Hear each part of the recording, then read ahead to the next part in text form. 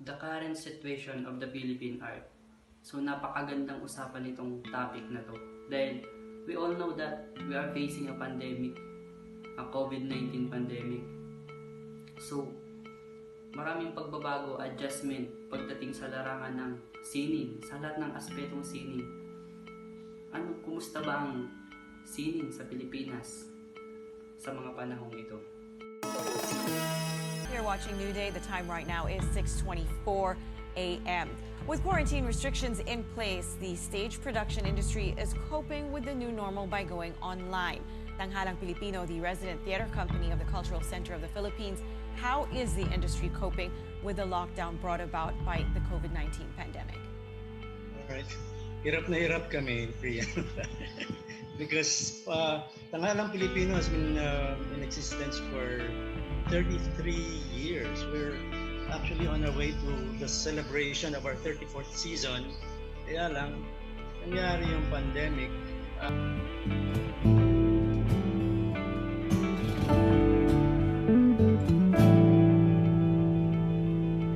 Dami pang gustong sabihin.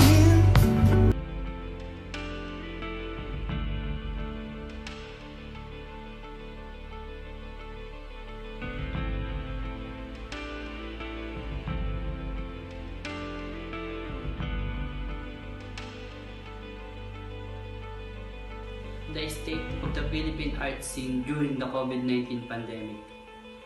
The ongoing pandemic has challenged art as we view it. Can it survive without a live audience? Prominent names in the sector are optimistic that it will. So our national artists are very optimistic despite of this pandemic. When the world stopped because of the COVID-19, activities that catered to a live audience were compromised. Most affected was the arts, be it performing or visual, but such a creative field found ways to show their art and reach their audience. Museums and galleries began offering virtual and audio tours and opened their exhibitions via digital meetings room. Ballet and theater companies made available archival footage of ballet performances, stage plays, musicals, films, and concerts.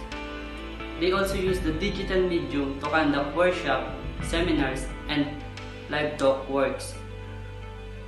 We are preparing to launch Art in the Park 2020 online from August 10 to 17. Art Fair Philippine co-founder Tricky Calayo Lopa announces. Since most of their colleagues in the visual arts ecosystem have gone digital, Lopa hopes that the online version of the art event will continue to raise funds for the Museum Foundation of the Philippines. We are trying to do what we can to support Filipino visual artists at this difficult time, she says. Whether Art Fair Philippines can be held next year on its traditional month of February remains uncertain. For the performance art naman, the chairperson of the Cultural Center of the Philippines or CCP, Margie Moran Royrendo, shares that the pandemic situation fast-tracked the implementation of the institution pending transition plan to an online platform.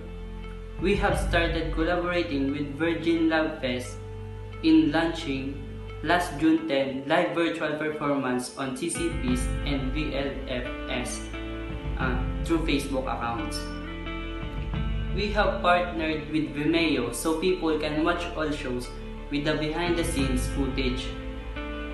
Talkbox at Catera, Florian says. CCP has also held an online concert and has uploaded archival footage of past performances of its resident companies.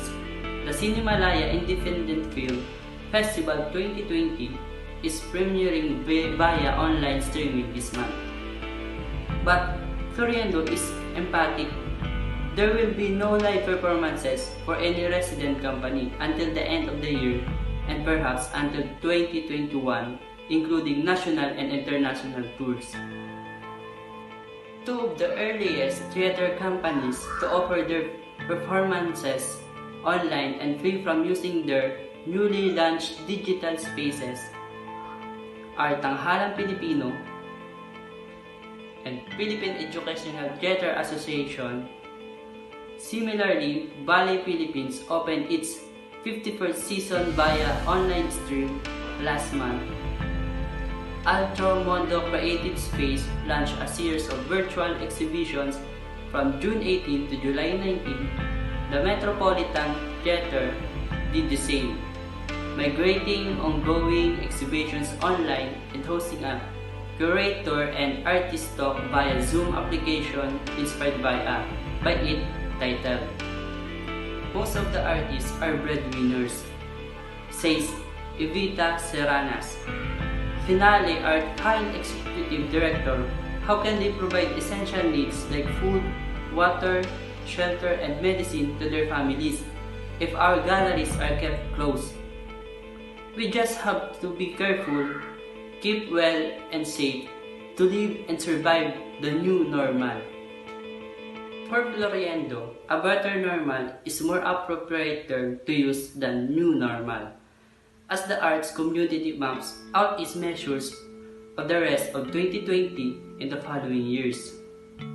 Art is food for the soul because it influences one's creative imaginations to go farther in life. No pandemic of any kind should threaten the arts community into oblivion, says Floriendo, as the digital realm for the sparks hope for a better normal. Ano nga ba ang sitwasyon ng Philippine art ngayong may hinaharap tayong pandemya? Maraming pagbabago, maraming adjustment tulad ng pagpapasara ng mga cinemas, theater, museum, and art galleries. So dahil dito, marami tayong kababayan na nawalan ng trabaho. Ngunit hindi ito hadlang upang hindi natin maabot ang ating mga pangarap. Sabi nga ni Florendo, gawin nating better normal ang new normal. Ano nga ba ang may aambag natin sa Philippine art ngayong may pandemya? Simple lang, panoorin natin ang mga live performances ng mga ating national artists through live streaming. Hindi mababago nino man o kahit ano man ang ating sini dahil ito ay sumasalamin sa ating buhay.